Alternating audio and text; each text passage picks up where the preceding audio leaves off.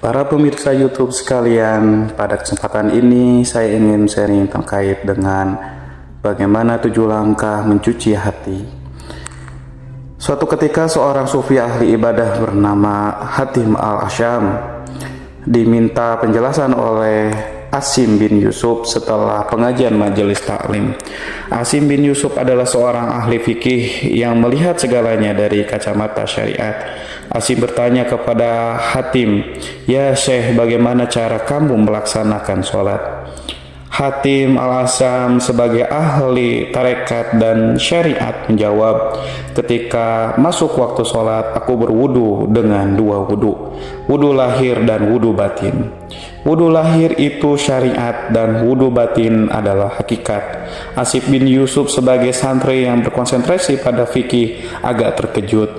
Sebelum memperpanjang keterkejutannya, Hatim al-Asyam segera menerangkan bahwa wudu lahir dilakukan dengan membersihkan anggota badan menggunakan air. Kalau wudu batin itu harus mencuci hati dengan tujuh hal. 1. Dicuci dengan rasa penyesalan, menyesali dari berbagai kesalahan dan menyesali karena meninggalkan kebaikan. Mengenai ini, kisah Sayyidina Umar bin Khattab patut didengarkan. Sayyidina Umar bin Khattab pernah memiliki kebun kurma di Madinah. Pohon-pohon kurmanya berbuah dengan kualitas yang bagus, manis dan legit. Tidak hanya itu saja, bahkan di dalam kebun itu terdapat satu sumber air, padahal sudah maklum sulitnya sumber air di Madinah. Betapa bahagianya hati Sayyidina Umar memiliki kebun tersebut, hingga seringkali beliau berjalan mengelilingi dan memeriksa hasil perkebunannya. Hingga suatu saat sepulang dari kebun itu, beliau berjumpa dengan para sahabat yang berjalan bersamaan. Kemudian Sayyidina Umar bertanya, "Dari manakah gerangan kalian berjalan bersama-sama?" Para sahabat menjawab, "Ini dari pulang berjamaah asar." Kontan saja Sayyidina Umar berucap, "Innalillahi wa inna ilaihi rajiun." Jadi ini tadi habis sholat berjamaah asyar. Masya Allah, saksikanlah para sahabat, karena aku ketinggalan jamaah karena kebun kurma ini, maka kebun ini aku wakafkan kepada fakir miskin. Demikianlah selayaknya contoh yang harus kita teladani dalam hal penyesalan meninggalkan suatu ibadah. Bacaan taroji yang berbunyi innalillahi wa inna ilaihi rajiun sebenarnya merupakan ungkapan ketika seorang mendapatkan cobaan dan musibah. Jadi suburnya kebun dan sumber air bagi Sayyidina Umar tidak lain hanyalah cobaan yang menimpa dirinya. Dan kalimat innalillahi wa inna ilaihi rajiun menunjukkan betapa menyesalnya yang luar biasa dari beliau akibat ketinggalan sholat jamaah asar.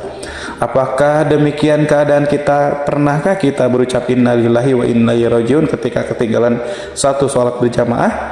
Ada juga kita innalillahi wa inna ilaihi rajiun ketika gelas di tangan kita terjatuh, ketika makanan tertumpah dari tangan. Bukankah itu sama artinya kita lebih menghargai gelas dan makanan daripada sholat berjamaah? Yang kedua, hati harus dicuci dengan taubat. Taubat nasuha, sesungguhnya bertekad tidak akan mengulanginya lagi. Jika perlu, taubatan itu disertai dengan puasa 3 hari sebagai bukti kesungguhan dan membiasakan sholat di malam hari.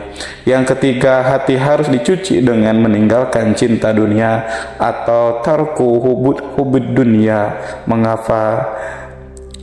Karena cinta dunia mengakibatkan kesalahan. Mengapa menipu? Karena hubbid dunia. Mengapa selingkuh? Karena hubbid dunia. Mengapa korupsi? Karena hubbid dunia. Yang keempat, hati dicuci dengan menjauhkan diri dari suka kekuasaan atau disebut dengan hubur riyasah. Sesungguhnya kekuasaan sering menyibukkan manusia dan memalingkannya dari Allah yang Maha Kuasa. Dan yang kelima, hati harus dicuci dengan meninggalkan suka dipuji atau hubul mahmadah. Pujian seringkali menenggelamkan manusia dalam keakuannya. yang mengakibatkan kesombongan yang sangat luar biasa. Dan yang keenam, baiknya hati dicuci dengan dendam tarko hikdi, meninggalkan dan melupakan dendam yang secara otomatis akan membawa seseorang tabah dan sabar menghadapi cobaan dan rasa sakit dari orang lain yang disebut hamlul azda. Dan artinya, dan terakhir yang ketujuh, baiknya hati dicuci dengan taruku hasad, meninggalkan hasud yang sangat berbahaya, sebagaimana bahayanya api yang dengan cepat membakar kayu.